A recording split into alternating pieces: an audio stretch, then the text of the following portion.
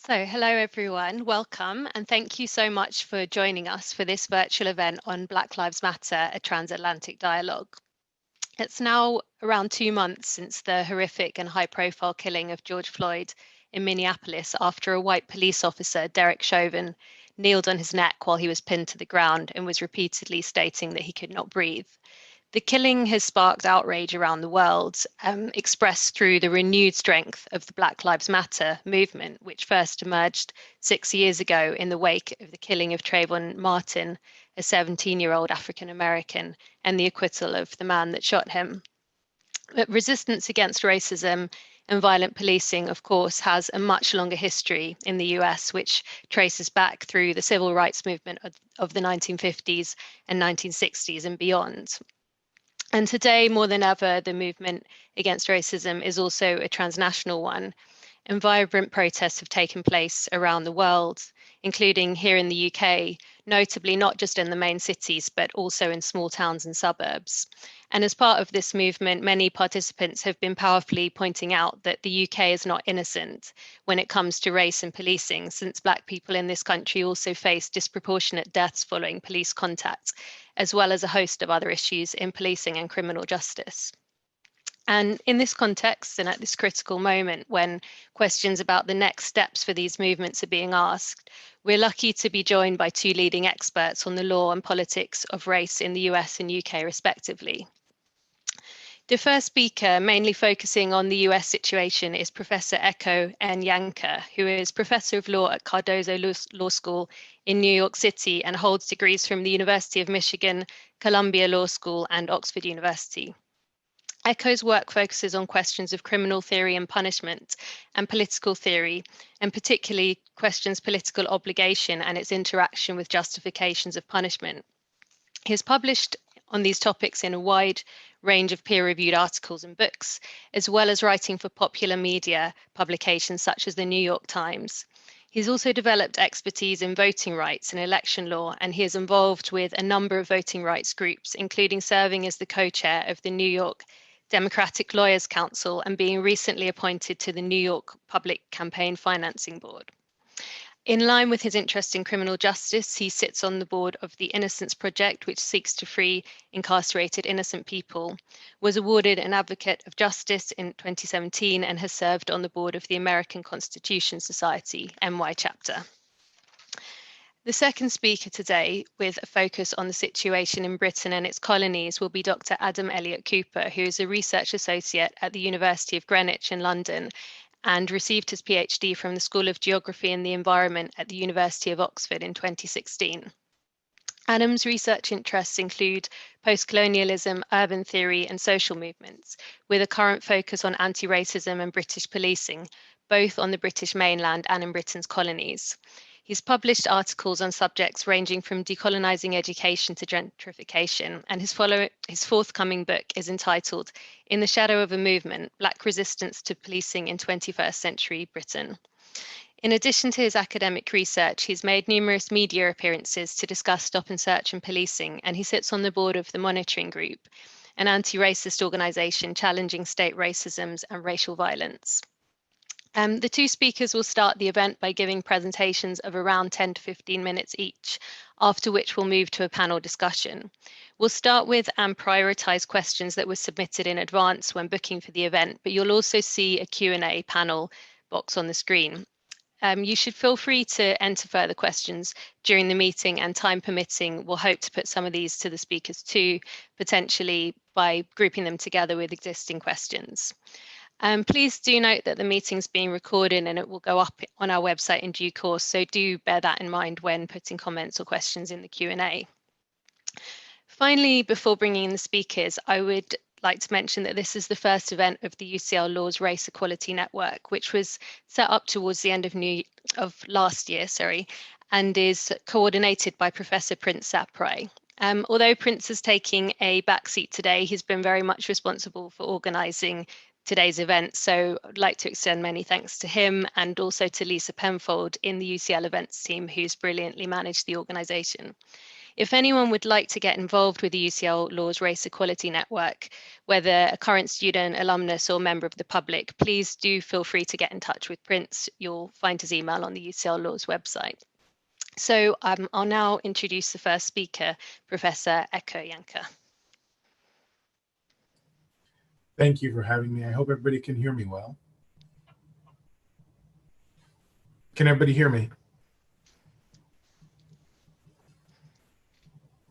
Great, terrific. Thank you for having me. As you said, it's a real pleasure to be here. And I also want to extend my thank you to the many who have worked to make this so easy to do from across time zones. So what I want to talk about very quickly is how race is treated in American criminal law and in American policing in particular.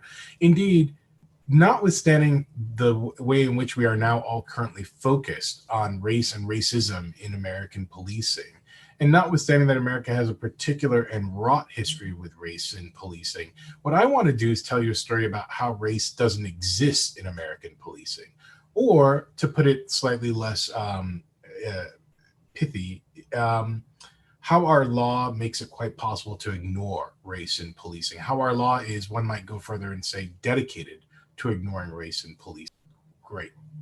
So what you want to notice is in American policing, one thing we all sometimes forget, given that we're all trapped in our own lives, is how recent modern policing is. That is really up until a century and some years ago, the idea of having standing policemen on an urban beat was actually quite extraordinary. Policemen were, you would occasionally have constables, but you didn't have a standing police force.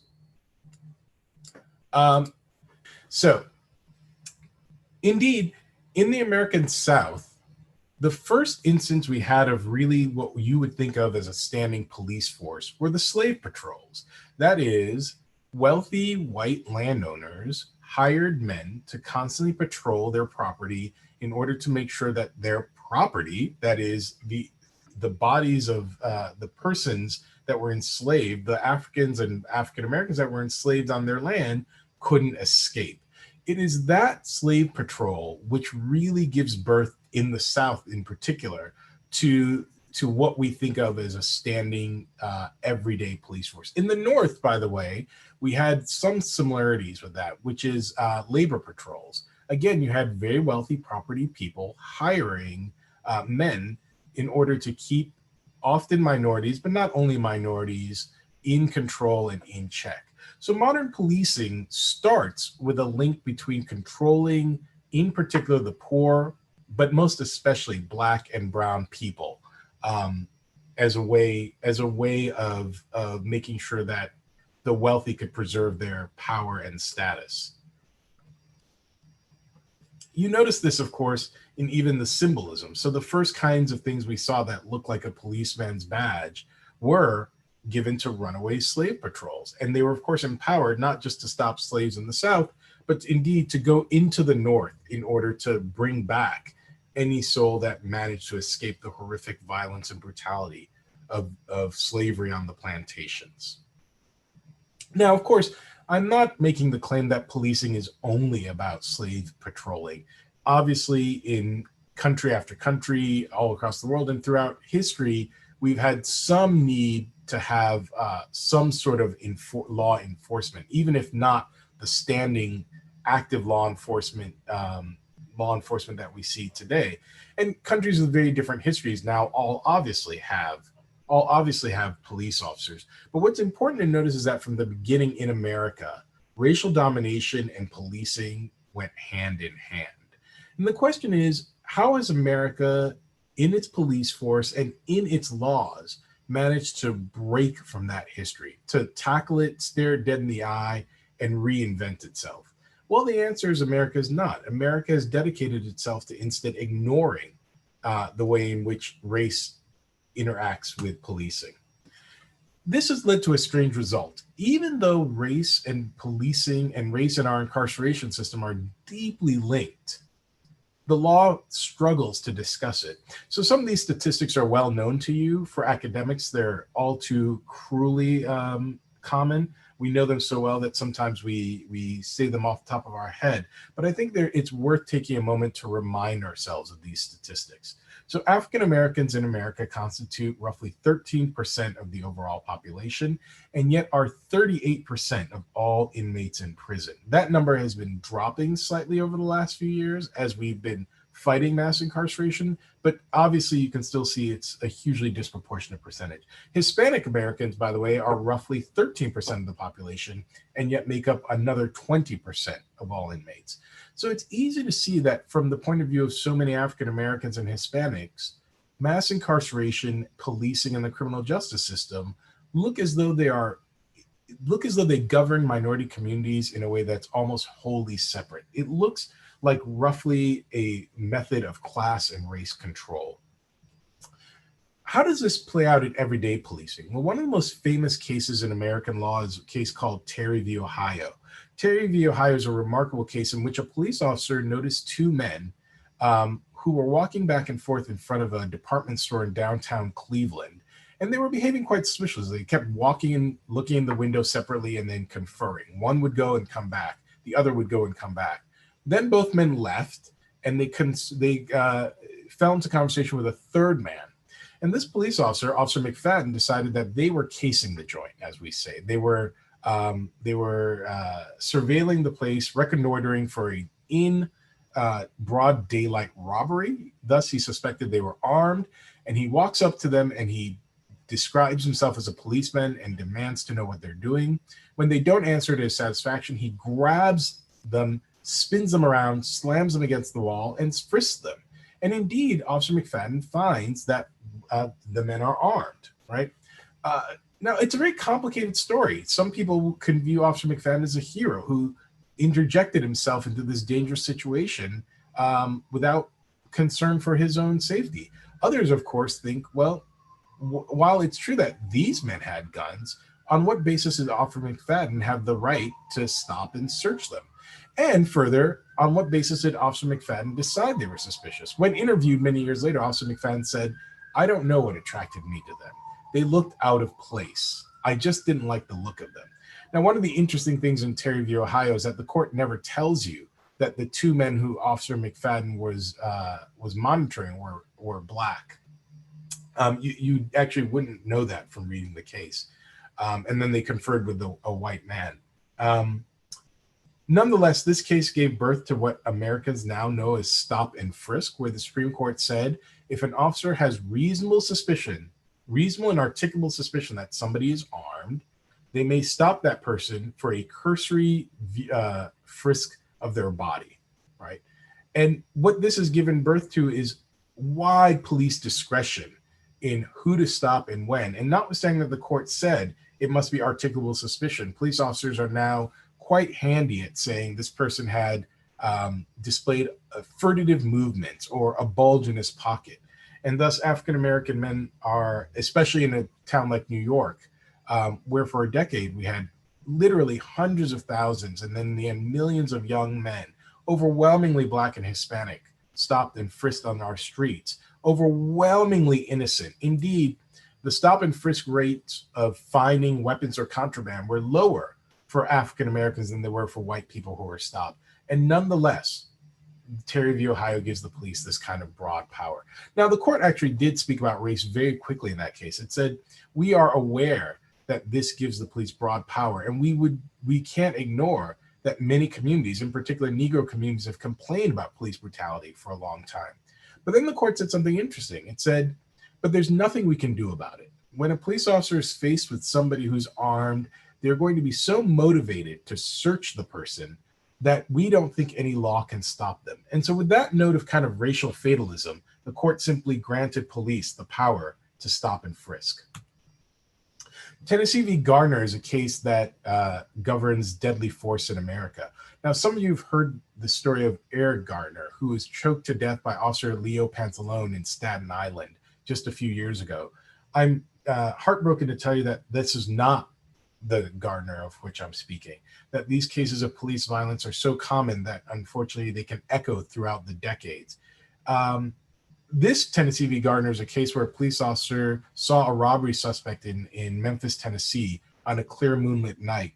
He knew that the suspect was not armed, and nonetheless, Tennessee law allowed him to draw his weapon and shoot him dead at that time. The case went up to the Supreme Court, and the Supreme Court said police officers may not use deadly force unless somebody is a threat to that police officer or a threat to others. That is, the court ruled that deadly force is not permissible simply to seize somebody.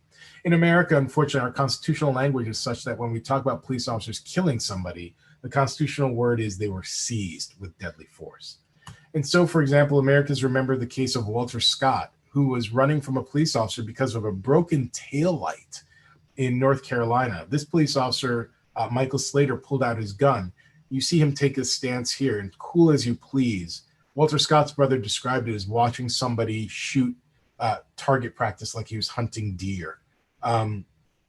This officer fired 8 bullets, finally killing Walter Scott.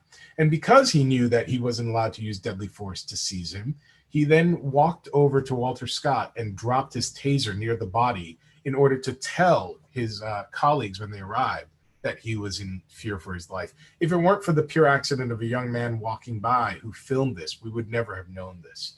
And again, in these cases, the court has never spoken about the disproportionate violence that faces African Americans in particular in the use of deadly force.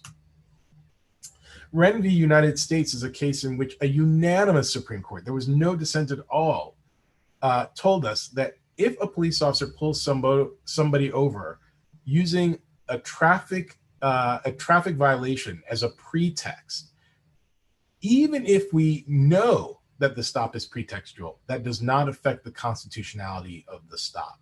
That is, a police officer can simply decide that your taillight is broken, as I said.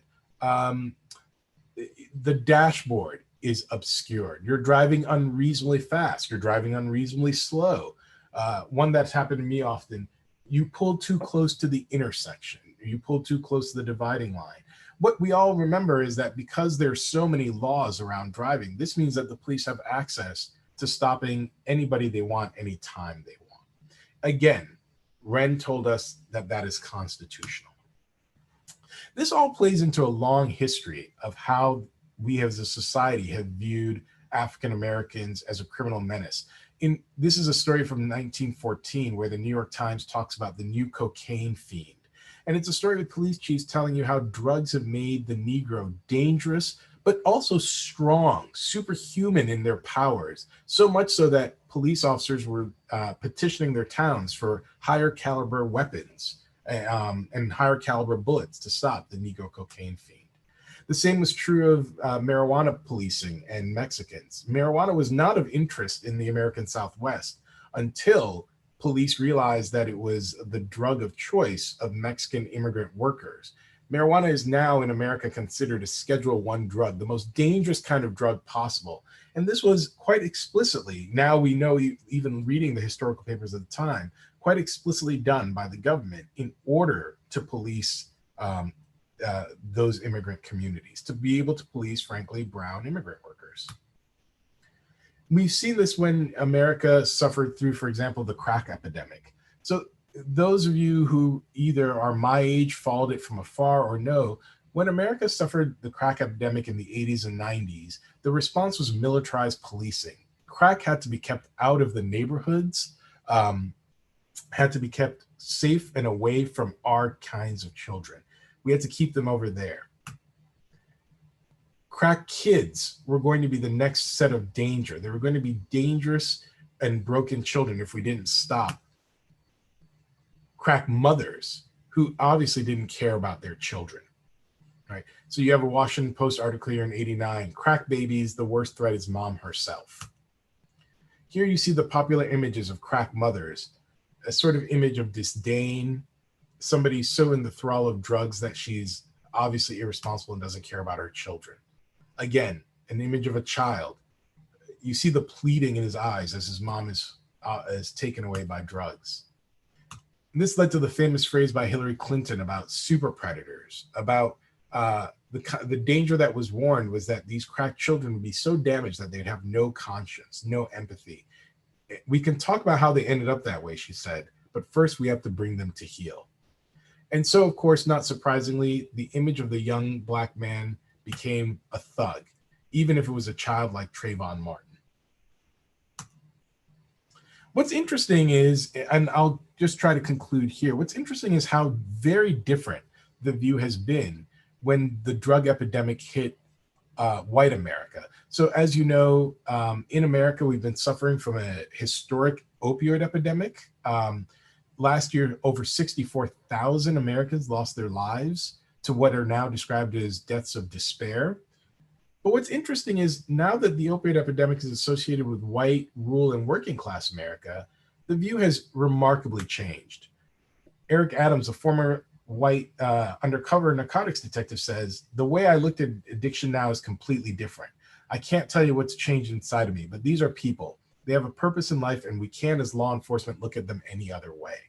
What's remarkable is this officer saying, "I can't tell you what's changed inside of me." Though he goes on to point, they're committing crimes to feed their addiction, and they need help. Contrast the image of the crack mothers we had with the image of the New York Times Magazine article on children of the opioid epidemic. And we see how women who are struggling with the same issues of addiction are treated when they're dealing with their children. The images are loving, they're humane, and they recognize that these mothers are fighting to do better. On the left, you have the image of crack mothers. On the right, opioid victims today. These are people and they have a purpose in life, we're told, as we see a young woman who's in the throes of opioid addiction playing with her child. None of the sympathy, or none of the sympathy that's extended here was extended to crack mothers. But these pictures are loving examples of how we can treat people instead. I'll close just by pointing this. As everybody knows, we had an election in 2016, and the conversation was about the white working class and how they'd been betrayed by the political class, how Donald Trump won the white working class. The conversation was about the forgotten worker.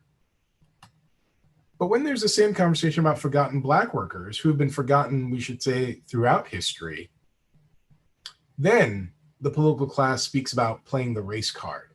My point in comparing the way in which race is ignored in our policing and the way it's treated with much more humanity when problems become seen as white problems is just to point out the obvious. In America, social problems, when they affect the white community, are considered social problems. Social problems, when they affect the Black community, are considered criminal law problems. And that is the fundamental heartbeat behind the Black Lives Matter movement. The fundamental question of the Black Lives Matter movement is not the rejection of any policing, but the demand for better policing. It's the demand that social problems in the Black community be treated as social problems in the same way they would be in the white community. And with that, I will stop.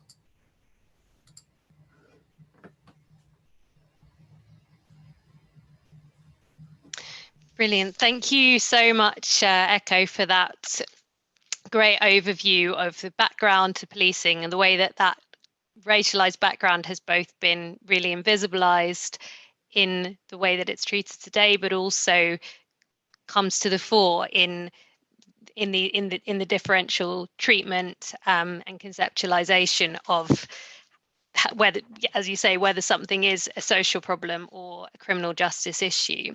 And also a lot of the points that you've highlighted in terms of kind of what is reasonable suspicion, when can you use deadly force or force, what's needed to justify that, we see coming up time and again in relation to policing in the UK as well. So with that, I will lead on to the second speaker, Dr. Adam Elliott Cooper.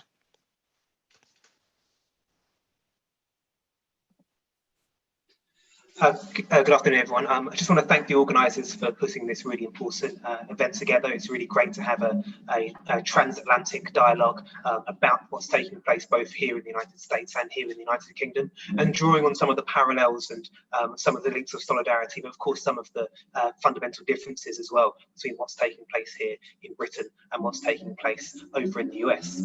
So let me just bring up my slides for you all very quickly.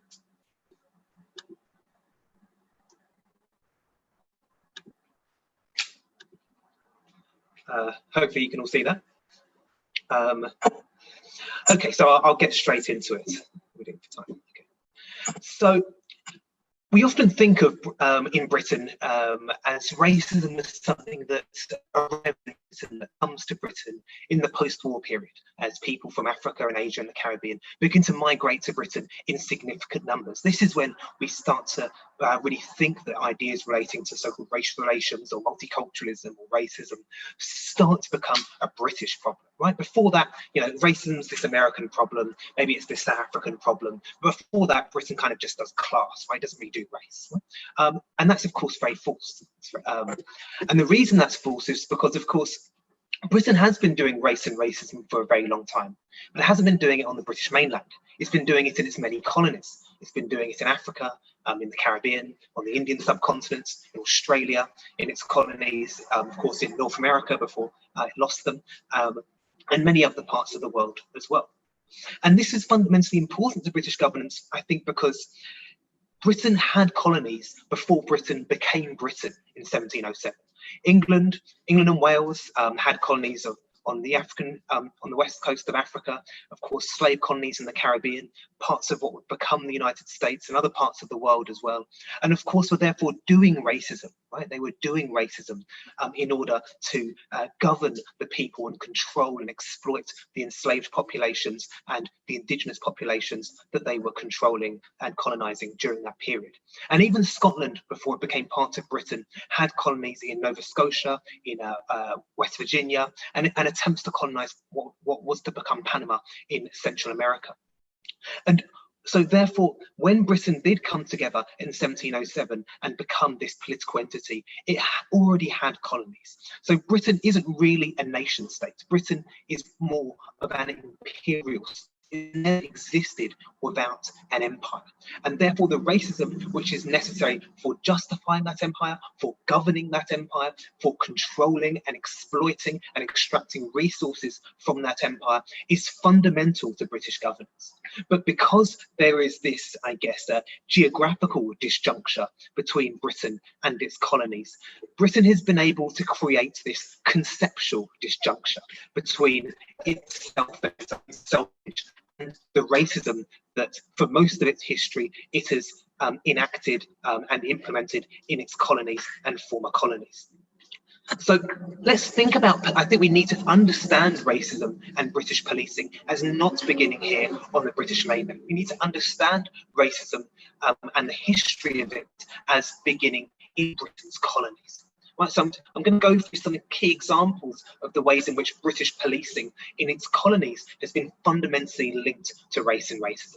So in order for Britain to control, to exploit, to extract resources from its colonies, it had to use racism in a number of different ends. One of them was a kind of philosophical justification, which many of us, I'm sure, are familiar with. The idea that these colonized peoples, whether they be Africans or indigenous Americans or indigenous Australians or Indians or what have you, these people are lesser than human. We might call them infrahuman, right? So they're less moral, they're less intelligent, and therefore they need to be controlled by Britain. They need to be governed by Britain, and the enslavement or subjugation of them is therefore justified. But also racism was necessary in order to categorize them in different ways and in order to control and exploit them more effectively. So let's think of some of the ways in which this has occurred. So I've got three examples. The first one is in one of Britain's largest slave colonies after it lost the United States, Jamaica, in the island in the Caribbean. And so after slavery was formally abolished in the British Empire, you had a number of different uprisings against British rule.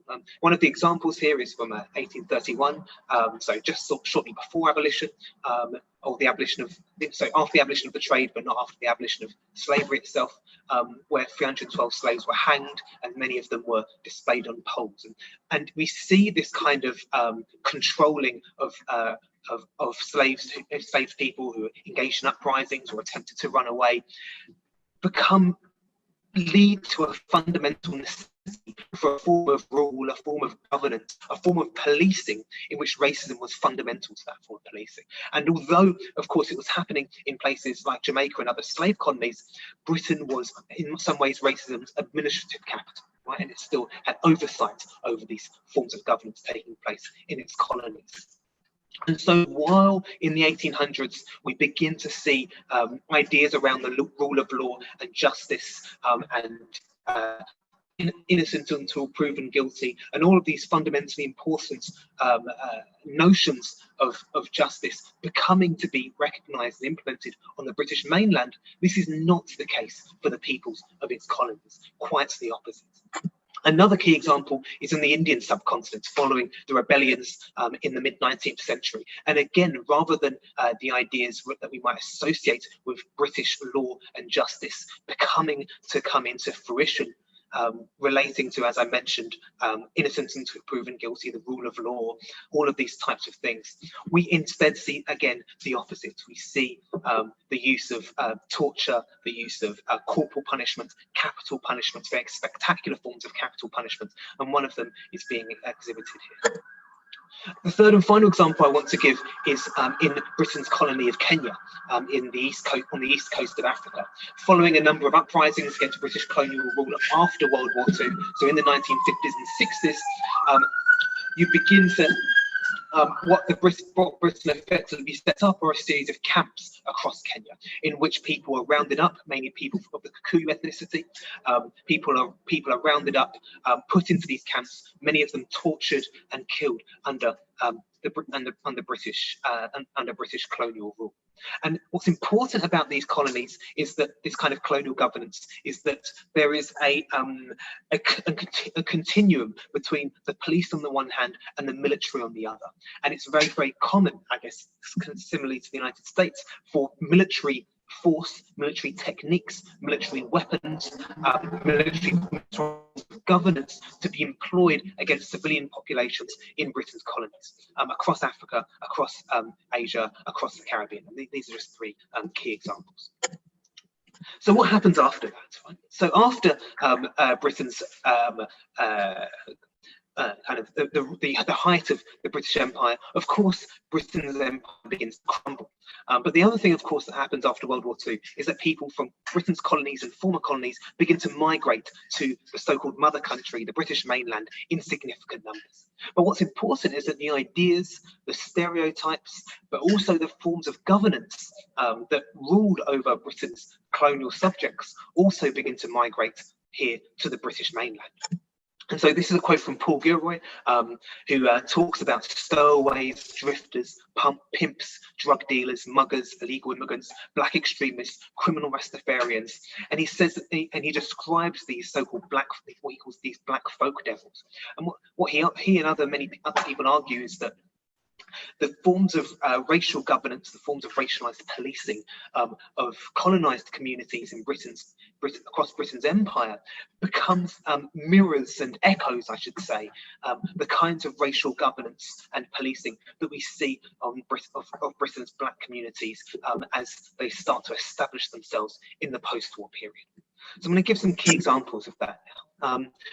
Kenneth Newman, in a speech in the 1980s, who was head of the Metropolitan Police, Sir Kenneth Newman, talks about how they can no longer do so-called policing by consent, right? They can, which is what Britain prides itself in. One of the arguments for that is that recent immigrants groups' own history and culture has not inculcated them with the law-abiding and respectable values of the British, read white, population.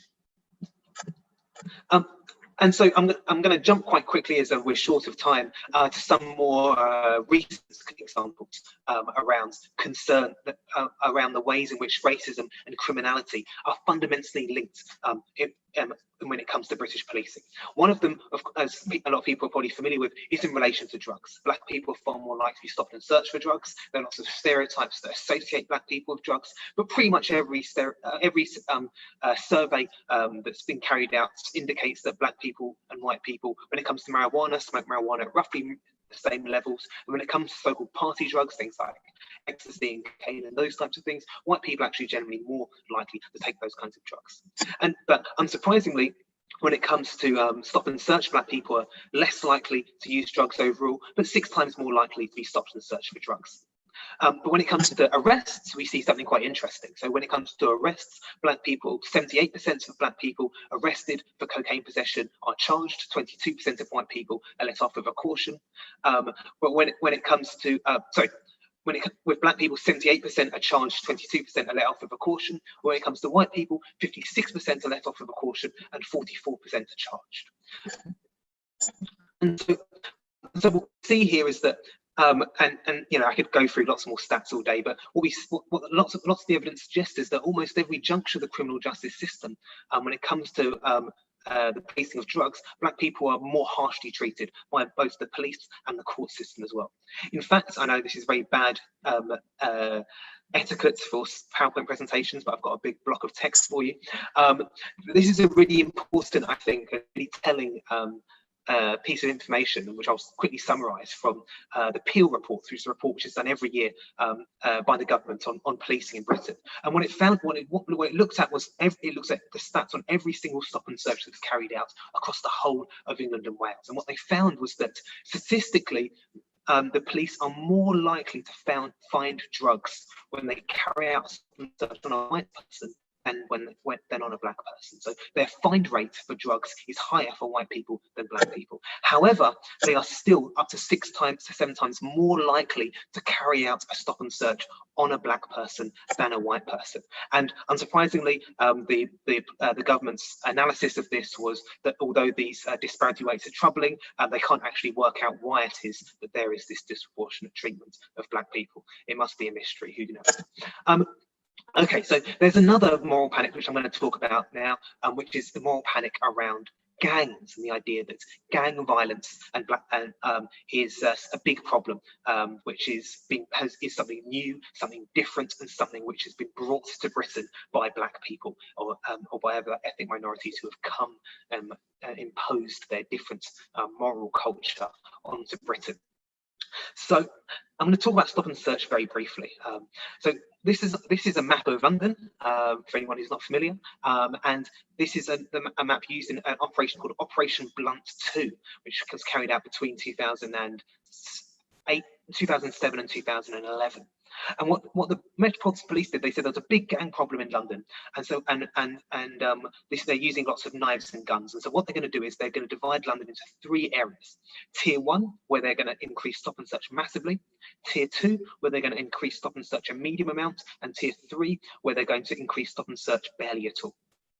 And what they found was that, and as you can see here, the blue boroughs, Southwark, Lewisham, Lambeth, Tower Hamlets, Hackney, Waltham Forest, Haringey, Enfield, Newham, Croydon. For people unfamiliar with London, these are some of London's most ethnically diverse boroughs. The red ones, Brent, Barking, Dagenham, Greenwich, Wandsworth, Ealing, are also probably similarly quite ethnically diverse. And then the outer ones, Havering, Hillingdon, Bromley, Kingston upon Thames, Richmond, etc., are among the whitest boroughs in London.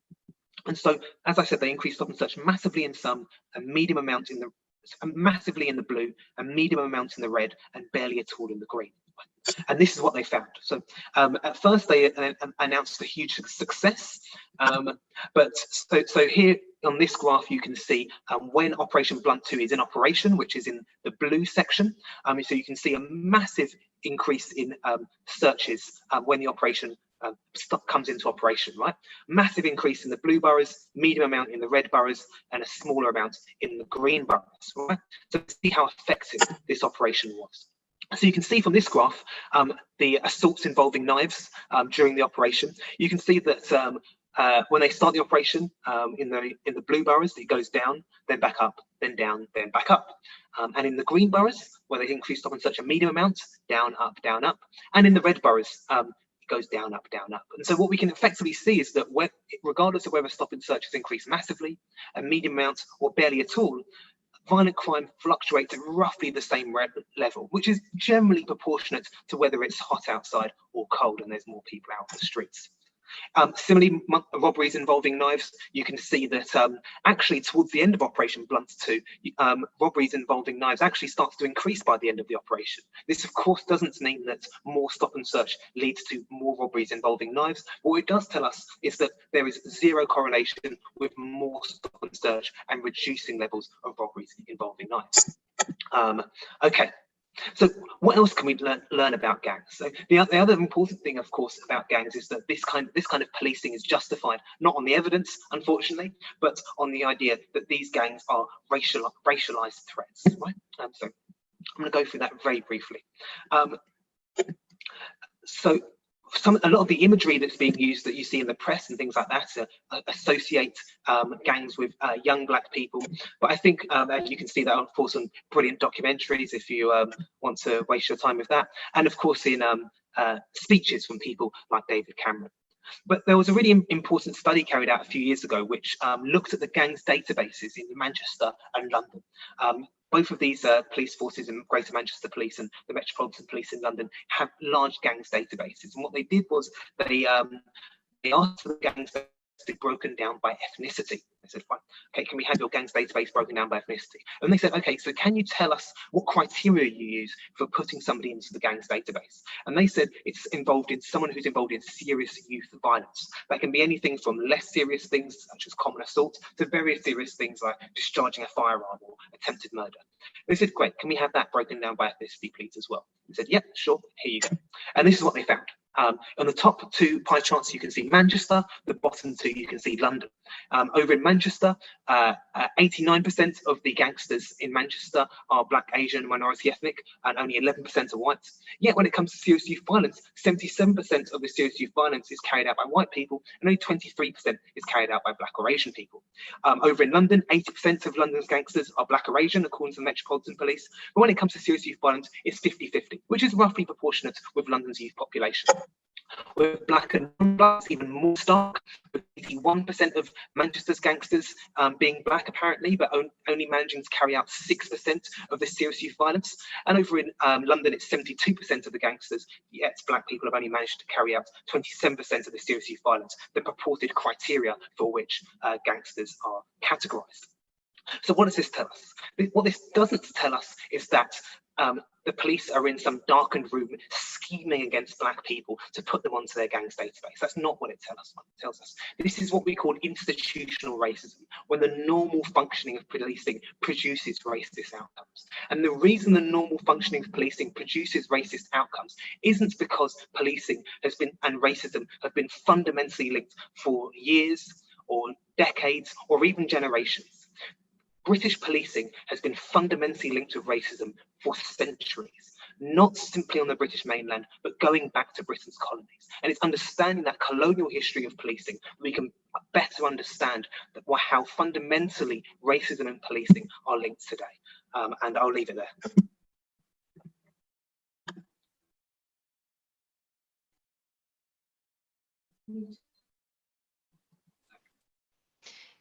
Great. Thank you so much, Adam, for that kind of really important overview of the colonial background, which is obviously something that's so poorly understood by many people in this country, then kind of bringing us to the specifics of policing in the UK and Britain today, including stop and search and the categorization of gang members and the way that that links back to your original point. So we're going to move now into the panel discussion. So as I mentioned, we're starting mainly with the questions submitted during registration. One proviso that I would just give in terms of a few questions are sort of directed to Black Lives Matter as an organisation. And I should just say that neither of our speakers are here as representatives of that organisation. They're here as experts on race and policing, so they can answer, but not as, you know, giving an official view. So I'll start with a question from UCL student Anas Adam. Compared with calls for Black nationalism, revolution, or even armed struggle, to what extent do you think that that peaceful integration can offer a valid solution? Which is more effective? Which should we strive for?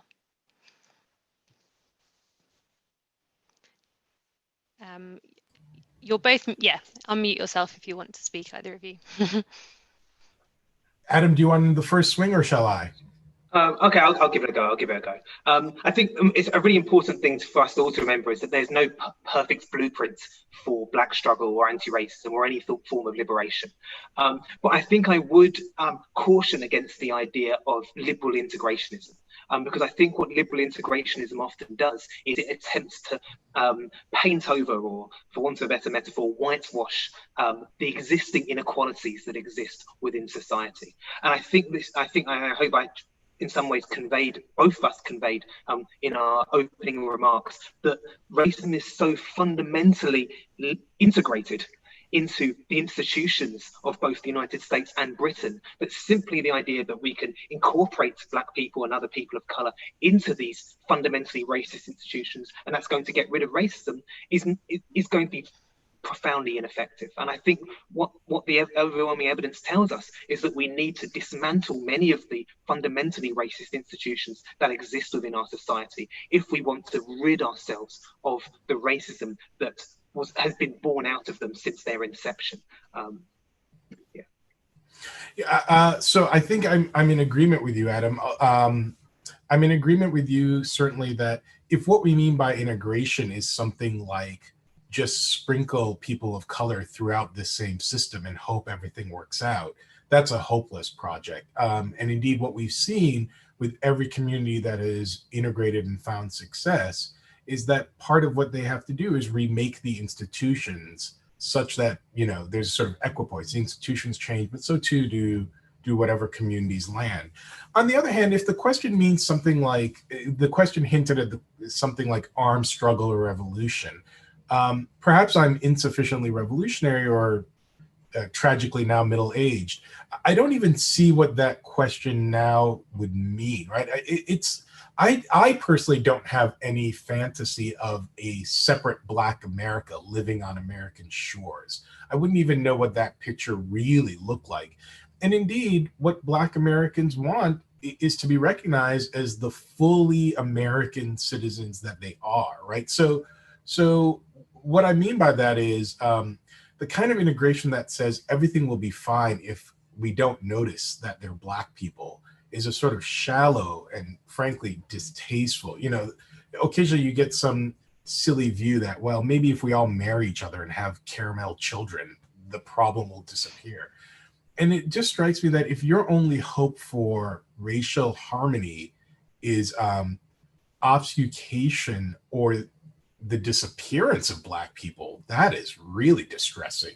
Rather, I only speak for myself, but I imagine a Black America that looks like the Irish once did, where you can be very proud of who you are, have a coherent history, draw strength from it, and yet not have it be an everyday barrier to your success and integration in your life projects, right?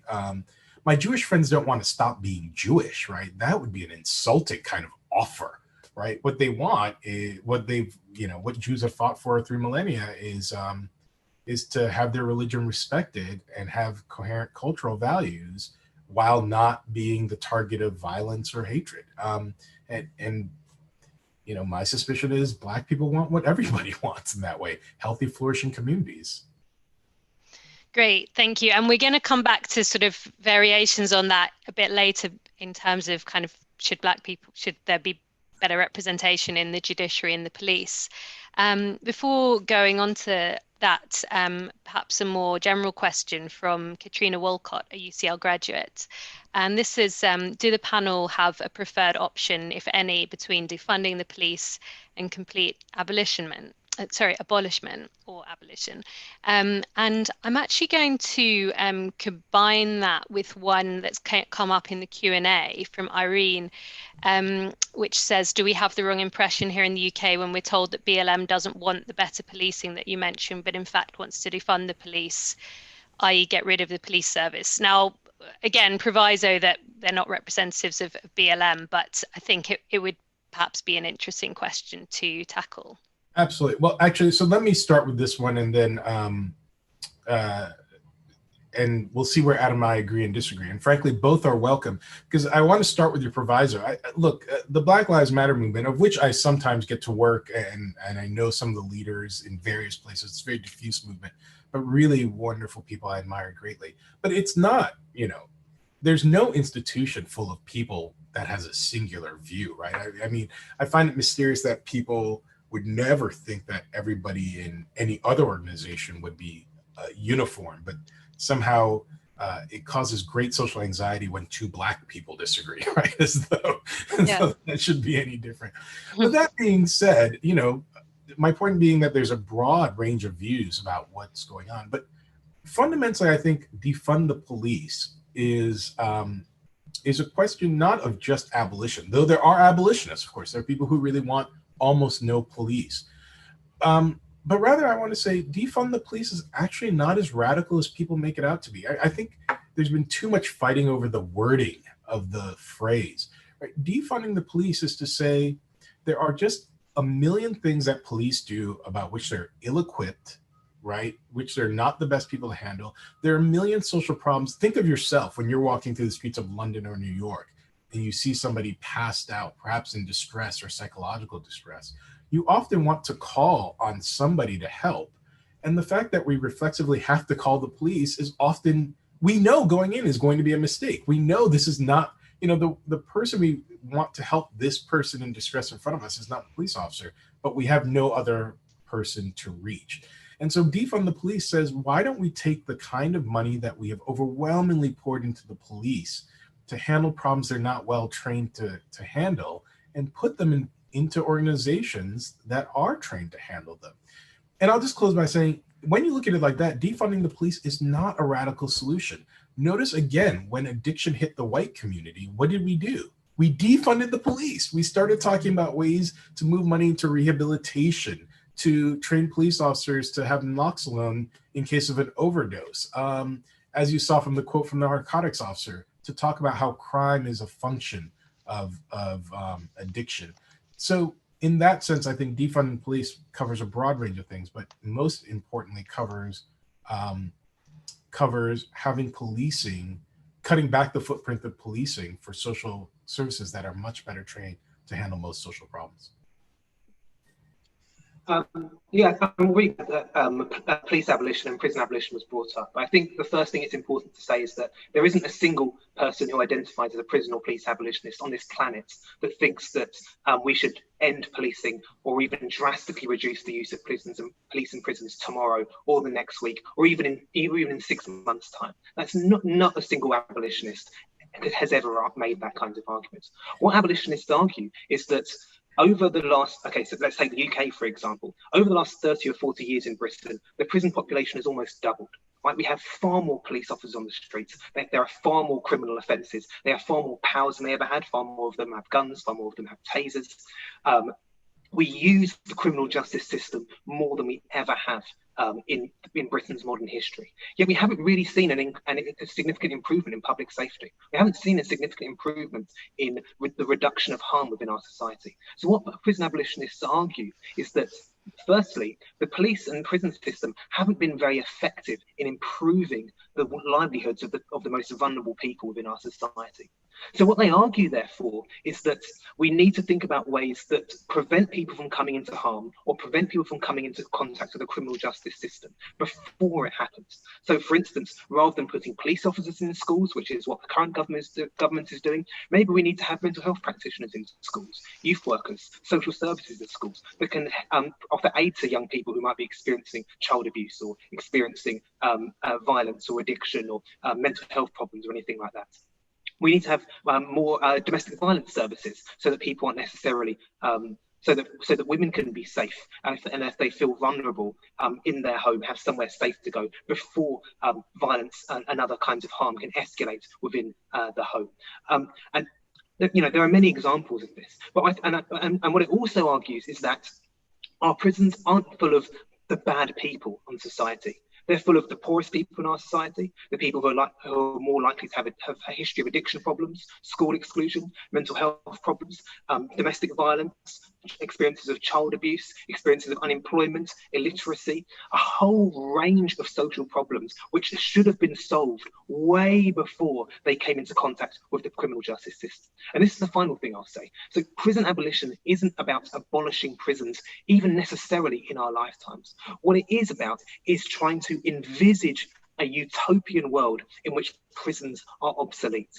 And then through envisioning that world that we can't even realistically may never exist, we can slowly begin to chip away against our reliance on police and prisons to solve social problems and find other social solutions to help people before they come into contact with the criminal justice system, before they're affected by harm and violence, and before we have to call the cops on a homeless person or anything like that. And that's what the philosophy of prison abolition is about. And I think when you think about it, people are, as you mentioned, Echo, doing it in their everyday work, right? By working in centres for people who've experienced domestic violence, or doing mental health practice for vulnerable people, or working in addiction services, or helping homeless people, or people who are out of employment, or providing housing for people. All of these things help the most vulnerable people in society before they come into contact with the police and prison system. And I think we should understand, therefore, defunding the police and abolition as a continuum rather than an either or necessarily. Adam, I entirely agree. If I'll just say one sentence to add to your wisdom, because while you're right, the caricature is the view that we want to erase all police officers tomorrow, which is absurd. When I get to work with police, there are often many police officers I admire very, very deeply. But when you think about the healthiest communities, you know, right, when you think of the West Village in New York, Kensington in London, the first thing that comes to your mind that makes those communities healthy is not armed patrols wandering around everywhere, right? And so when you say let's envision this world, I think it's a not just thoughtful charge, but we shouldn't even make it that utopian. We should say, what do we think of when we think of happy, healthy communities? And why don't we aim at that? Great, thank you. So I am going to next put so I guess we get from that it is, as you say, not either or, and that you need to sort of look behind the slogan of defund the police to what it is, the more complex vision that involves. So I'm going to move on to a question from Simon Helm, member of the public, which links in with what Adam spoke about in his main presentation. The legacies of racism and imperialism are intertwined. Can America resolve its racism problem without addressing its imperialism problem? And I'll also put together with that a question from George in the chat, which is, how does the thread of colonialism and policing tie into neocolonialism today?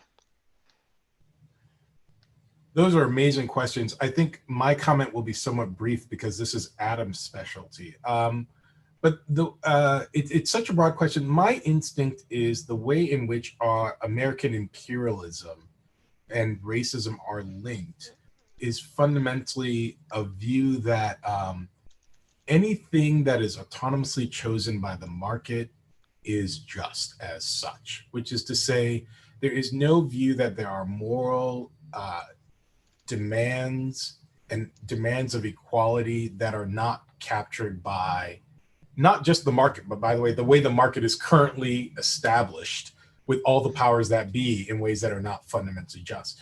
And I think if you think, for example, the way to solve the problems of race in America is everyone just start being nice to each other and then the market will work everything out magically. Rather than thinking about the serious and deep investment that we've always made in communities to bring them to health, then you're not serious about solving racism. And some people who are much more expert than I am would say that there's a connection with that in the same way that America often allows or uses the current international economic system to dominate other places. Again, with the idea, well, the market has just made it so, and thus it's just. that's a very instinctive kind of feeling, but I turn it over to Adam for more considered views. So I guess I've already talked in a bit of detail about how racism and colonialism are fundamentally linked, right? Now, maybe all that should be added to that is that the reason colonialism happens is because capitalism needs new markets, right? And those markets and so it's expanding to new markets in the Americas and Africa, etc. But it finds that racism is a really categorizing the people that it's exploited or enslaving or being rid of. And so, in many ways, capitalism and racism are, as far as I'm concerned, are fundamentally linked, right?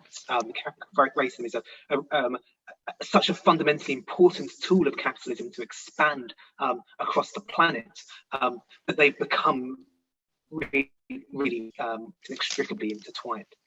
And so, therefore, understanding that racism in Britain or racism in America, racism in Britain and racism in America are fundamentally linked to imperialism. So therefore, the categorization of people as Black or Indigenous or Asian or Latinx or any other racial category in order to control them domestically is fundamentally linked to categorization of people as Arabs in the Middle East or as or as indigenous people in Diego Garcia or what have you, which means that the things that are done to them, whether it be the bombing of their countries or ethnic cleansing or the extraction of the resources of their lands or any of these types of things, are also fundamentally linked to racism too.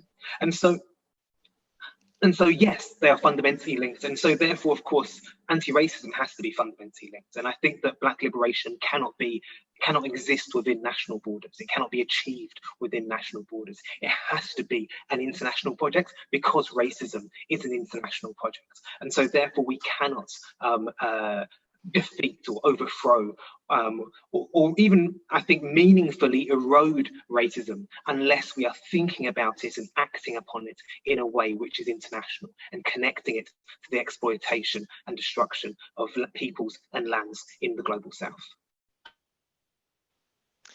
Great. Next one we have is from Julius Hu. To what extent is BLM consistent with traditionally liberal values of autonomy and equality?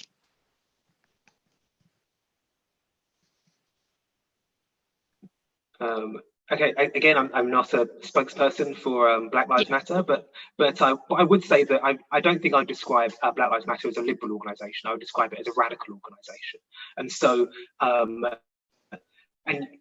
therefore I think treating people the same in a fundamentally just system won't do the work that we need it to do, right? We need to think more radically about the system in which we already live, right? So we need to think about the ways in which our institutions are already set up to criminalize Black people, to exclude Black people from the workforce, or if they're incorporated into the workforce, exploit them in ways that are racialized. We need to think about all of these different things which I think require more than simply as equal, but the ways in which the normal functioning of policing or the normal functioning of other institutions produces racist outcomes, right? And I think I think it's that pushback against liberalism and saying we need more than that that I think means that simply these liberal values of equality don't quite do the work that we need them to do, unfortunately.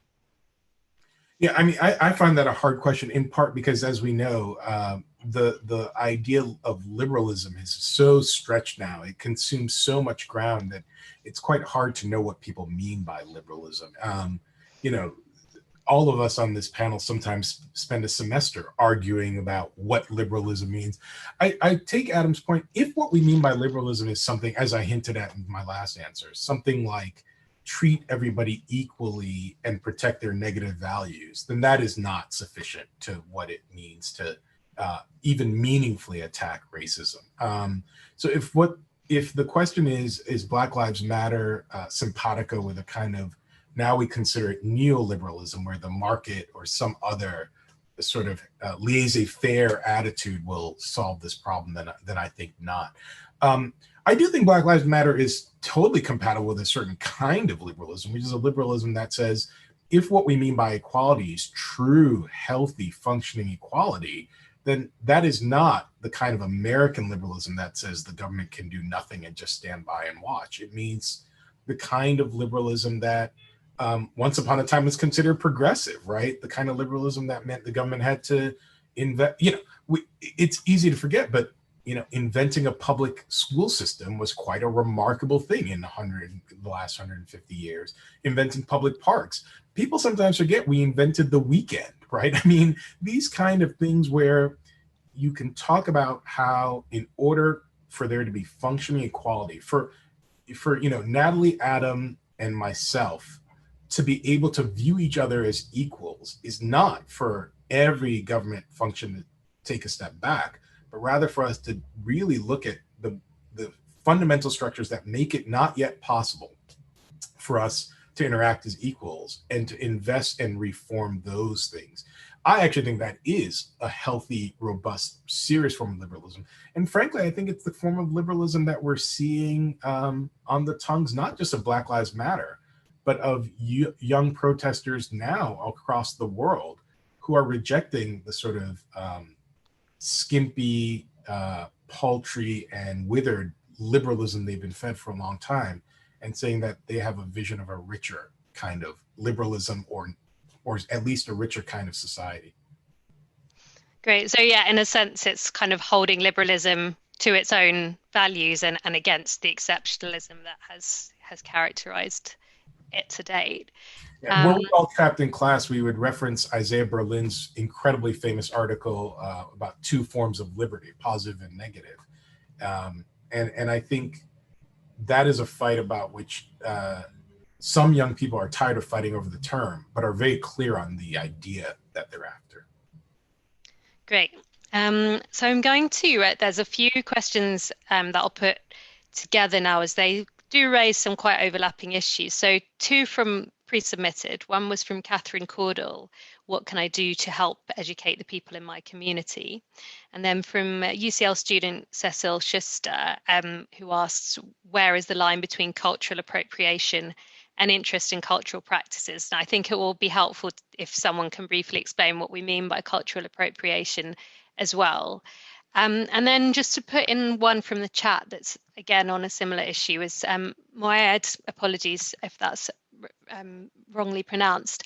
In terms of a sort of any local grassroots solution, how would you go about reducing racist mentalities within schools?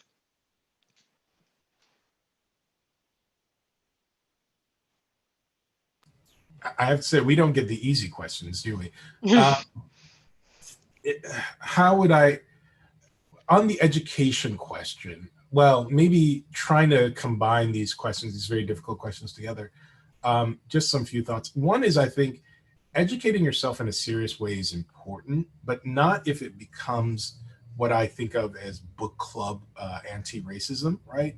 If the expanse of your willingness to fight what you view as systematic problems in your community are drinking Chardonnay with a friend and searching your heart and soul to see if you're an appropriately nice person, I think it becomes tedious navel gazing, right? I think what really, really matters is, to my mind, thinking very, very seriously about where you are, the institutions in which you're involved, and how much those institutions are going to do more than send out an email professing some support for Black Lives Matter movement. And taking whatever powers and influence you have. We have an example here of UCL starting this conversation. And we should all recognize that's but one first step, but it is a first step. Asking, how does my institution, whether it be your university, your corporation, your job, your small business, how do we hire? How do we promote? How do we have institutional practices that allow people with vastly different kinds of experiences, the kind of person who has to take care of a child or a mother or a parent, whatever the case may be, how are we going to actually incorporate those systems? And the last thing I'll say is the kind of thing we have to do is to not only admit answers that fit in with that which we've always done. That is to say, if the answer is, well, the only way we admit students is by using these metrics, at some point we have to seriously ask one kind of question. What have these metrics ever told us that is so important? Or have they become ossified simply because they're the way things have done? If these metrics aren't tracking success in the most important ways, or only attracting those who look like everyone who came before, right? A kind of very common university and school problem, then the metrics we oughtn't rely on the metrics as some objective criteria that let us wash our hands of our responsibility. Okay, so maybe I'll have a go at this cultural appropriation thing, and then what was the other one? It was about racist mentality in schools. Okay, so cultural appropriation. So for those who are unfamiliar, cultural appropriation is the idea that cultures belong to some groups of people, and that other groups of people might use or embody or exploit in one way or another signifiers of that particular culture in ways that reproduce racism. My personal view on this is maybe it's best articulated as with an example. One of the targets of criticisms of people who don't like cultural appropriation are white people who have dreadlocks, right? Things like this. And people say, oh, these white people, they're, putting dreadlocks in their hair and they don't understand the history of Rastafari and struggle and all of these things that they signify. And that may well be true, but what I'm far more concerned with is the way in which Rastafari culture is used to criminalize Black people, is used to control Black people. It's sometimes used to kill Black people. The way in which its association with reggae music and then the criminalization of carnival and dancehall parties, whether it be the criminalization of the use of cannabis, whether it be the criminalization of movements and migration for people who seem visibly up at Britain's borders, all of these types of things.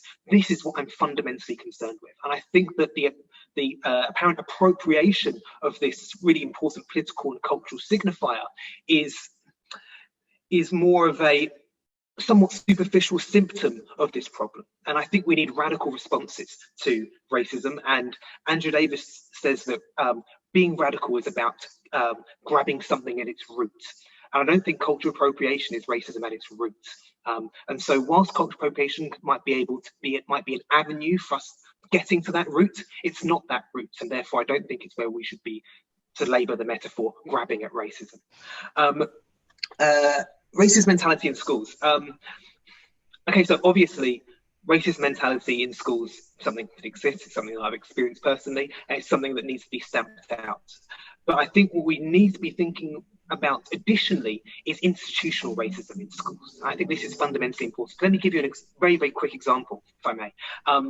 They did a great study across in year 6. So in year 6, you do what are called your SATs, right, in America, your SATs, where they're blind marks, which means that the person who's marking them doesn't know what you look like. But in year 6, when you're 11 years old, you also do teacher assessments, where your teachers assess what level you're at. And they looked at every state school in England and Wales, and they found that on average, Black students do better in their SATs tests than in their teacher assessments, and on average, white students do better in their teacher assessments than in their SATs tests. Right? So effectively, when a Black student is blind marked, they're on average going to do better than when the person knows what their ethnicity is. What does this tell us? What it doesn't tell us is that on average, teachers are racists, right? Or that on average, teachers have a racist mentality. Is the question posed. What it does tell us is that fundamentally, we have an image in our minds of an intellectually competent person, and racism plays a fundamental role in how we conceptualize intellectual competency or intellectual advancement, right? And so I think the first step is understanding that racism is far deeper, right? Far deeper than simply racist mentalities. Although, of course, getting rid of racist mentality is important. It's fundamentally embedded in knowledge production and learning and education, right? And it's something which goes back to empire that I could probably do a different lecture about on a different day about colonial education, British colonial education, how it links back to racism and education today. But it's something that's so fundamentally embedded into our educational institutions that I think it requires a more radical intervention than addressing racist mentality. But in fact, it needs to go to the very core of our education system, which may effectively lead to us needing to find, number one, alternative community forms of education which can counteract the institutional racism within our school system, but also, I think, work towards effectively dismantling our education system, thinking up new radical ways in which we can learn, which don't rely on the old structures which reproduce racism as part of their normal functioning. And Adam, if I could just build on, I think it's a great set of thoughts, and one thing we should point out, though, is we should be a little careful about granting that these things are always so radical, right? So, for example, there was a time in American history when there was a certain way of getting to college. In particular, your father, your grades from elite school, et cetera, et cetera. And then certain groups, in particular Jews, but others as well, started doing incredibly well on the metrics that allowed you into elite schools. And what schools did then was they changed their metrics. They decided that it was very important that students be well-rounded, that we take into account that you've been a sailor your whole life or riding horseback, et cetera, et cetera. I mean, this was really a response to ensuring that the wealthy, privileged children of white people could keep going to their elite schools. We broadened our view of that which is a meritocracy. Of course, a century later, when we decided to talk about affirmative action, the howls from the children of the same people that you were rewriting the very standards, the very metrics of, what you're doing is you're watering down what matters in order to let these less qualified Black kids in, is now the sort of standard and awful conversation in which we bounce back and forth. So one thing to point out is, occasionally revisiting important ways in which we've measured people is not so radical. It's nothing new, and it's not even an indictment. We need to look seriously about whether or not these metrics are actually useful. And I take it that's one of your important points. Lastly, on cultural appropriation, well, one thing I shouldn't admit on a recorded broadcast, but I will. When I was much younger and cooler, not nearly as young and cool as Adam, but when I was much younger and cooler, I also had dreadlocks.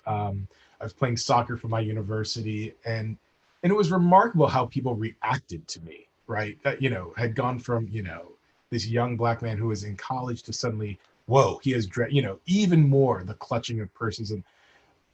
But your point is so well taken. That was not the big problem, right? The big problem was not a momentary fad with my hair that, for a few years, and then the problem is whether or not people would react to that in a way that stopped me from getting a job interview, or a police officer would notice the thing I was doing. The problem that we talk about in cultural appropriation is not the Black artist who's upset because a white person has reinterpreted Black music, right? That's always happening in culture.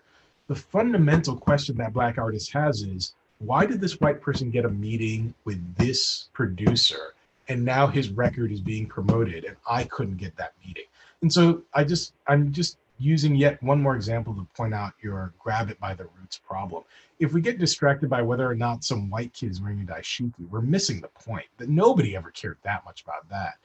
What people cared about is that when some people wear a dashiki, it has material impacts on their life, where other people are allowed to regurgitate it in ways that are not just non-harmful, but positively decorative and delicious for them.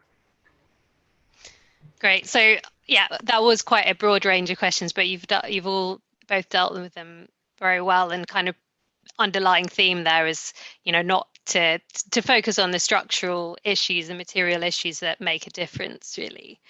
So the next ones are a little bit more specific, so hopefully that's a bit easier. So the first one, the next one, Ivor Frank, who's a UCL graduate, asks, when I studied in US 40 years ago, there was a Black Supreme Court Justice, Thurgood Marshall, and has been ever since. What must be done to achieve same in UK, which has not now and never has had a Black judge at that level? Well, here I do want to come in first, because I want to point out we don't want to move too quickly when we say there has been ever since. Now's not a time when I want to have a debate about. I certainly don't have the view that Clarence Thomas is not Black. I think those kind of views are toxic and insulting. But what's important about Clarence Thomas is it would be hard to find somebody who judicially was more opposed, was more in contrast to Thurgood Marshall. So building on the framework that we've been talking about, that we shouldn't just let visual representation dominate actual and dedicated political activity.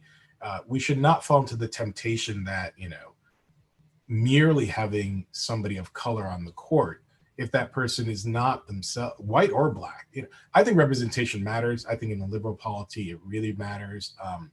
But it would be a mistake to let that be focal over the substantive power that, for example, Clarence Thomas wields, that is very much in opposition to the kind of aims that you found in the jurisprudence of Thurgood Marshall. There's not a lot I can add to that, but I think it's incumbent on us to remember that we're here in a discussion about Black Lives Matter, which became a slogan during the presidency of Barack Obama. And I think the necessity for this slogan, Black Lives Matter, to emerge as both a slogan and a movement during the presidency of Barack Obama tells us the limitations of representational politics. I think it indicated to a whole generation of young people that representation in of itself is not going to do the work that we need it to do, and that sometimes people claim that it's able to do. And I think that's certainly the case for representative politics, but it's also, I think, the case for parts of the criminal justice system and other parts of public life as well.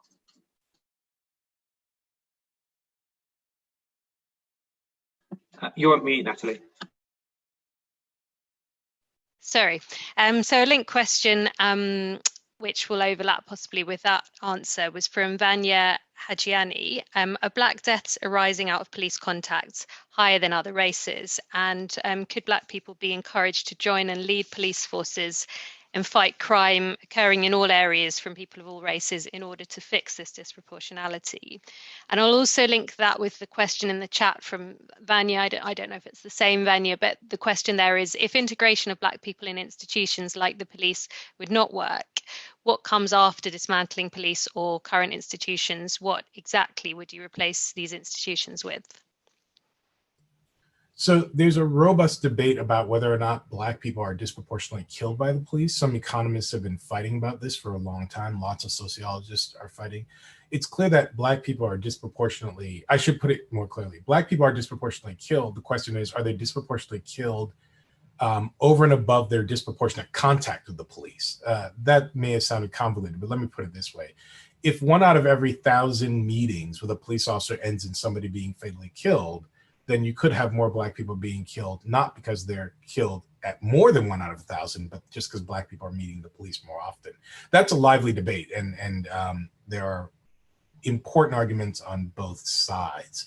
There is more solid evidence that Black people are disproportionately handled violently by the police. And by the way, I think that's really important. We shouldn't forget that anytime you are slammed up against a hood, you're beaten, you're harmed, you're insulted, you're humiliated in front of your family. Those are real harms that the state has visited on you. And I am more than occasionally frustrated that that the humanity of Black people must only be seen when paid for in blood, as though the only thing that could ever matter, the only treatment that could ever matter for a Black person would be whether or not they were spectacularly killed. Adam's slide on being blown away by cannon is a good one that I may ask to steal. If you think the only humiliation is being blown away by cannon, your view of what you owe somebody's humanity is too narrow. With that being said, James Forman recently wrote a terrific book called Locking Up Our Own, and it's in part about the role of the Black community in calling for increased policing in the 80s and 90s. He makes the intelligent point that these communities, more than anything, wanted the kinds of things that successful white communities have always gotten. More social welfare, more job training, more more a stronger safety network, more employment opportunities. But if given none of that, any community that's under incredible strain will also acquiesce or even demand for more policing. And so he points out that merely having Black police chiefs or Black police officers was not a solution, right? Police officers still have to respond, or police chiefs still have to respond to the mayor. They have to respond to important donors, and they have to respond to the powerful in their city and citizens more generally. And so we don't want to be lulled into the idea that merely changing the face in front of a machine will solve the problem. I think, yes, similarly, I don't have all the stats on the top of my head. I do know that Black people, I think similar to the United States, the police are disproportionately likely to use force or so-called excessive force against Black people. But again, I don't know if there's some magic number of Black people who need to die, or some magic percentage of disproportionality that arises when something suddenly becomes a question of racial justice, which we need to identify. I think that when we look at the myriad of evidence, both historically and in contemporary moments, of how racism is fundamentally linked to notions of criminality, and how the expansion of our police and prison system, for which Black people are disproportionately incarcerated in Britain at the same rate as African Americans in the United States, and about almost a quarter of our prison system are made up of Black and minority ethnic people. And this should be unsurprising to us when racism when the justification for the expansion of prisons and police power is so fundamentally linked to racism, whether it be the spectre of the illegal immigrant, the spectre of the gangster, the spectre of the terrorist. All of these things are fundamentally linked to racism. And so, and I think it's these broader patterns that are important for us to identify. In terms of more Black people joining the police, I think similarly, America is a good example of police forces with large numbers of Black officers and huge problems of institutional racism. But of course, many parts of the African continent, or Haiti or Jamaica as well, have very large Black police populations, and they're poor Black people in South Africa, for instance, who are experiencing huge problems of police violence and police racism, and the changes of those faces in those institutions haven't brought about the kind of solutions which some people might think or hope they might. The question about abolition, I think I've kind of hopefully responded to it already, but all I will say is it's not about, okay, right, we're going to abolish police and then we'll come up with some solutions afterwards, right? It's a process. It's a process in which we invest in our housing, we invest in healthcare, we invest in social care, we invest in education, we invest in jobs, which therefore makes the policing of our vulnerable and oppressed communities no longer the political necessity that it currently is. This is what the process of abolition is about, right? You don't need to police people who have addiction problems if you have addiction services. You don't need to police people who might be involved in, I don't know, theft if they've got a well-paying, secure job, right? This is the process that we need if we no longer want to rely on a criminal justice system to solve social problems. Great. And so finally on this theme, a similar but also kind of quite distinct question in a way from Ethu Crowry in the chat. So she says, I'm a barrister and there's a real dearth of Black barristers in the southwest of England. I mean, I'm sure similarly across the legal profession in lots of parts of the country. How can we increase the number of Black people seeking to join the bar? Wouldn't the criminal justice system in particular be improved by having more Black lawyers in it?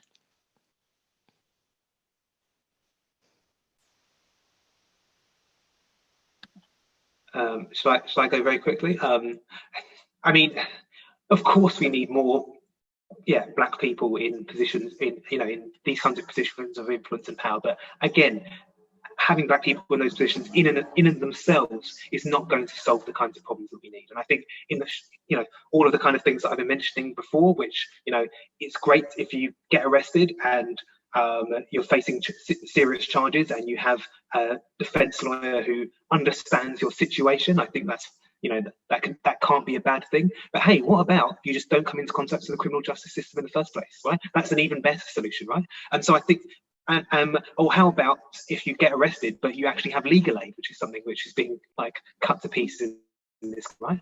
So yeah, I think there are lots of things. Or how about, you know, criminal defense lawyers are actually paid a decent wage, which many of them are not in this country? Or how about we scrap tuition fees so that people from low-income communities, many of them black, actually don't have to get themselves saddle themselves with inordinate amounts of debt in order to go and study law and become a barrister in the first place, right? So I think this is connected to class. It's connected to lots of different things which cannot leave the necessity for more black barristers in isolation. I think black barristers is one part of a far wider solution of addressing institutional racism in the criminal justice system.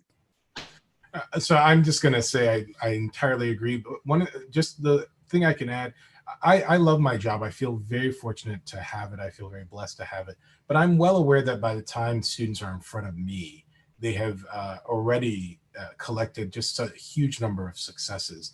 And in the end, I teach at an American law school. For those of you who don't know, in America, law school is a graduate degree. So they've already completed their college education. I've also had the pleasure of teaching in London as well. So, you know, I've seen the talented people who end up in front of me in British universities.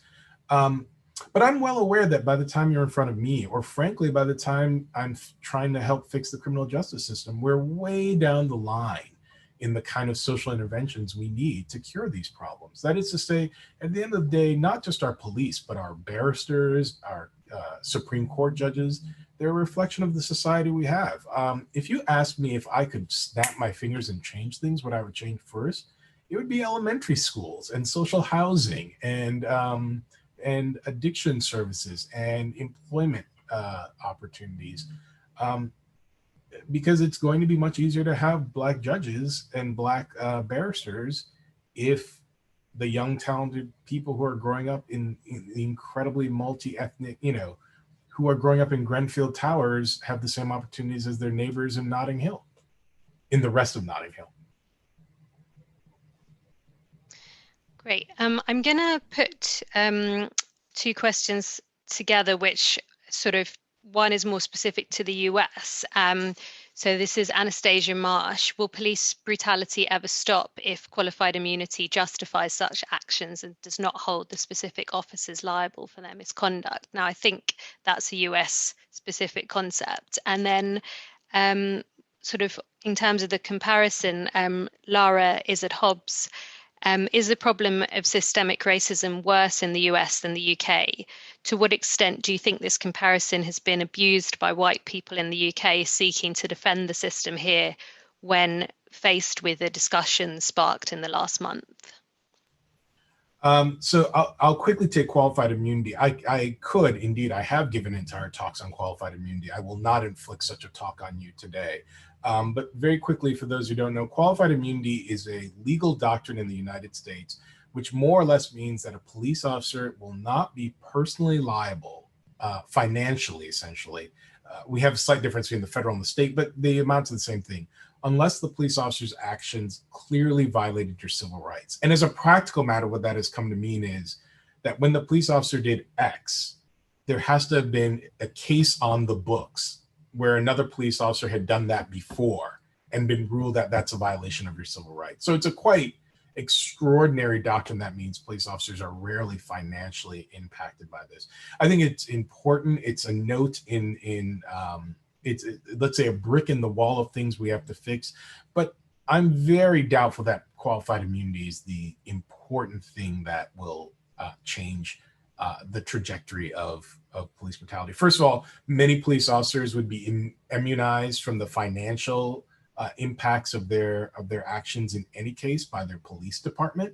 I think that is maybe more promising. You can make police departments pay directly instead of out of different funds, right, out of the city funds for their actions. If a police department knew that officers going rogue would actually cost the police department something, that might have an effect. I realize that's a collective responsibility issue. That is, but I think, you know, if Officer Elliot Cooper knows that letting Officer Yanka behave in this incredibly gross way means that his retirement benefits might actually take a hit, he might be more likely to restrain me when he sees me behaving out of control. But all that being said, look, the most extraordinary cases we've seen of police violence are cases where the police were also facing criminal charges. It's Derek Chauvin being filmed. I mean, he's being filmed and he has his hand in his pocket, and the utter contempt and disdain with which he looks at the people filming him who are telling him, you're killing this man. Does anybody think that if you would have said to Derek Chauvin, on top of the murder charge that you might get, we will sue you for whatever you have in your bank account, that would have changed his actions? It strikes me as unlikely. So I think we ought to fix qualified immunity because we ought to fix it, but we ought not think that it is a silver bullet or perhaps even a big part of police violence, in my mind. Yeah, I think it's a bit of a distraction. I mean, to use what may seem like an extreme, but I think useful example, slavery in Haiti was a lot more violent than slavery in Alabama at the same time. What does that tell us? Does that tell us that we need to stop slavery in Haiti first, and then if we have time, we'll sort out Alabama? And no, I don't think that's what we need to do, right?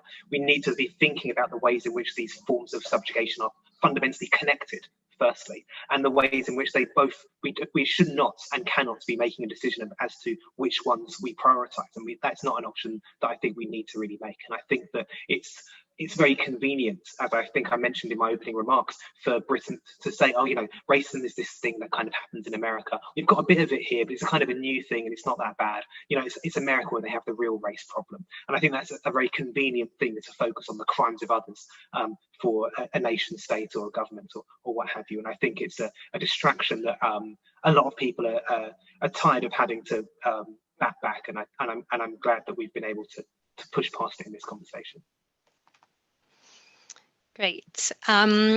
Then we have a question sort of qualifying this, because you're not spokespeople for Black Lives Matter, and it's asking about Black Lives Matter, but whether it is anti-Semitic or hostile to the existence of the State of Israel, in favor of the State of Israel, existence of the State of Israel, but against the policies of the current government, or not concerned with the State of Israel.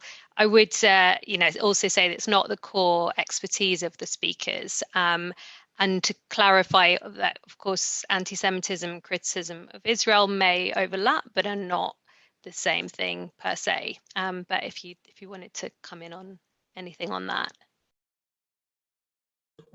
I think, as far as I'm aware, so I had a bit of a look on the Black Lives Matter websites and things like that. And as far as I'm aware, Black Lives Matter stands with all oppressed people.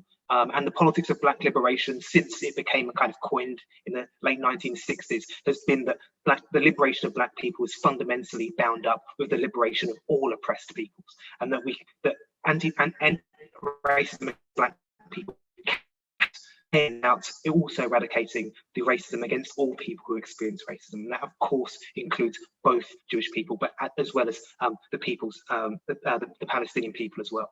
And so I think that it is of course important, and I think incumbent upon us to acknowledge the fact that the Black Power movements across the Americas and other parts of the world have a long history of solidarity with the Palestinian people, and at times this has led to accusations of anti-Semitism, but as far as I'm aware, these accusations should not, and I haven't seen any significant evidence of them, of any kind of qualified accusations towards Black Lives Matter. And so if we think about the fact that the Black Panther movement works in solidarity with the Palestinian struggle, Angela Davis talks about it. I mean, she's got a book called Freedom is a Constant Struggle, Ferguson, Palestine, and the Foundations of a Movement, where she draws links between the Palestinian struggle and the Black struggle in the United States, for which I understand that she's received accusations of anti-Semitism, but I'm not going to comment as to whether they're founded. It's not. I haven't seen them as far as I'm aware. And of course, there's been flotillas and delegations to Palestine from more recent Black movements from the United States, such as Hands Up, Don't Shoot, Dream Defenders, and the Black Lives Matter movements. And so there is a long history of solidarity between the Black struggle in the United States and the Palestinian struggle. And I think that it's something that's likely to continue because, as I mentioned before, the liberation of Black people is fundamentally bound up with the liberation of other oppressed people. And the people of Palestine, of course, are among those groups.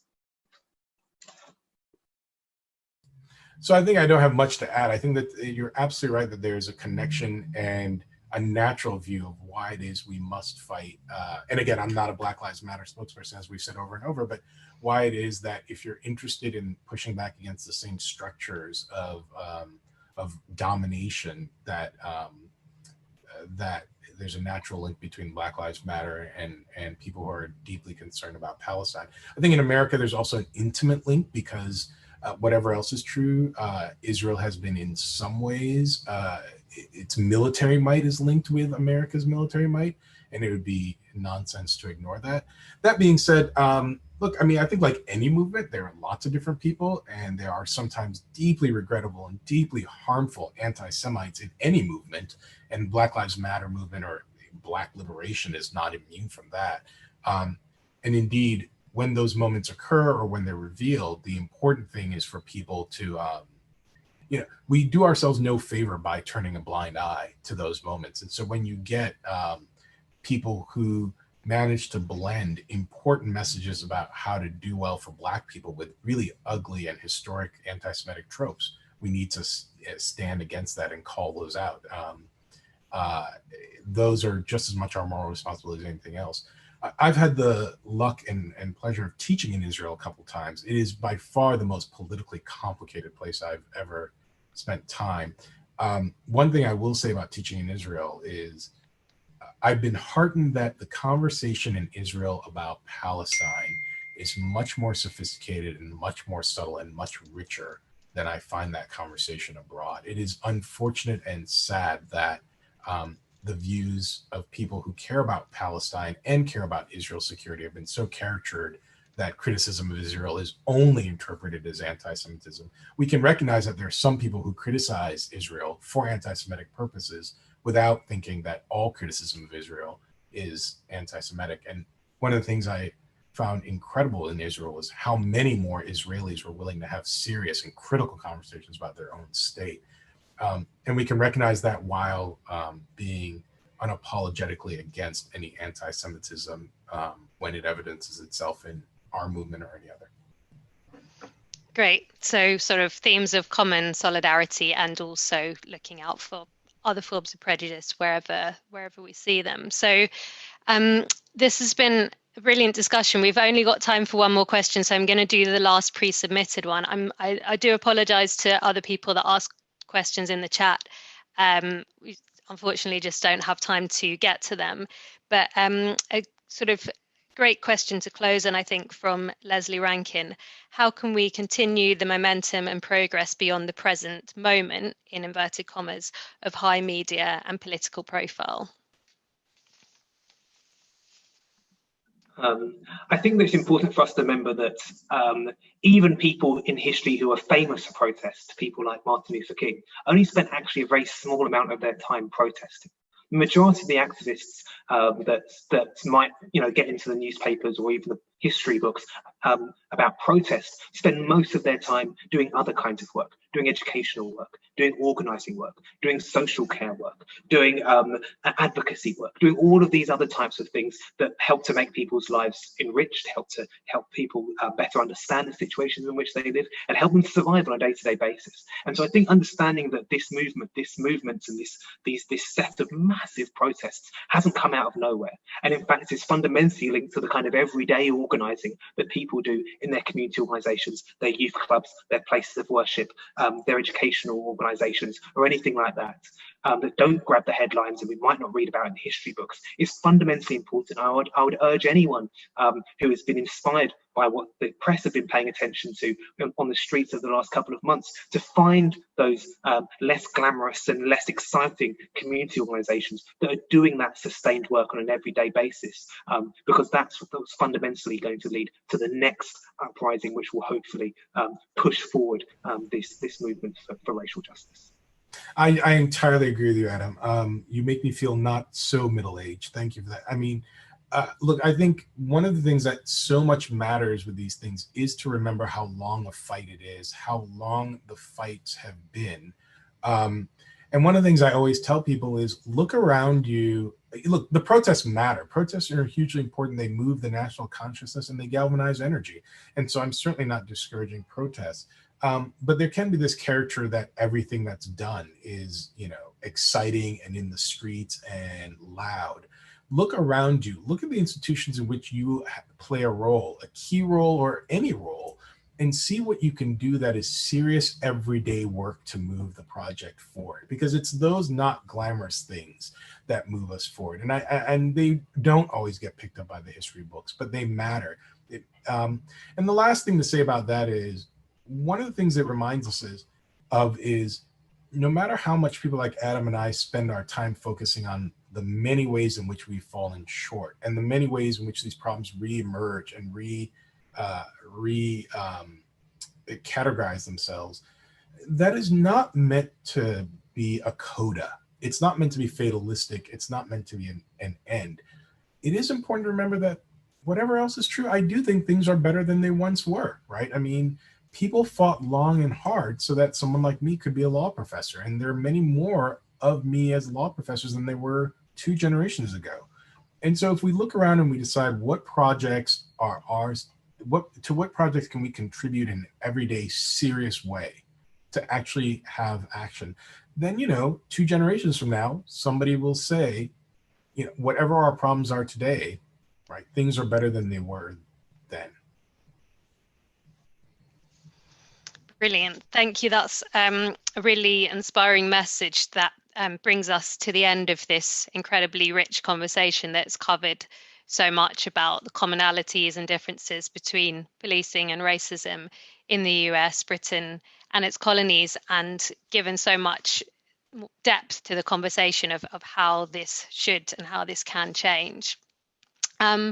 So I'll bring it to a close there. Once again, many thanks to everyone that attended, that submitted questions in advance on the panel. Apologies that not all of them were answered. Thank you again to Prince and Lisa for organising this. And above all, thank you very much to our excellent panelists, Adam and Echo. Goodbye.